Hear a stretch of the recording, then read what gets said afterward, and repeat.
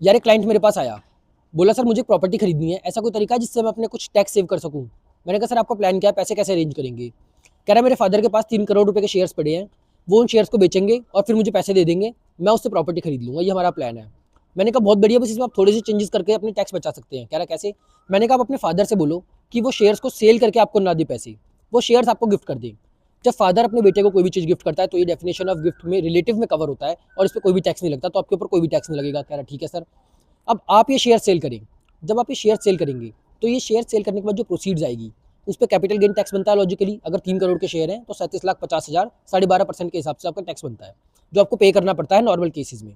लेकिन जब आप उन शेयर्स को सेल कर एक प्रॉपर्टी लेंगे तो इनकम टैक्स एक्ट का सेक्शन 54F है, जिसके तहत आपको एग्जम्पशन मिलती है कि अगर आप कोई भी कैपिटल एसेट सेल कर और प्रॉपर्टी में इन्वेस्ट करते हैं तो आपको उसकी एग्जम्पशन मिल जाएगी और आपका 37,50,000 जो टैक्स बन रहा था शेयर्स के ऊपर वो आपका नहीं बनेगा, और आप प्रॉपर्टी में जो खरीदेंगे उस पर आपको कोई टैक्स देना ही नहीं होता क्योंकि वो तो परचेज है। इस तरीके से आप अपना कैपिटल गेन बचा सकते हैं।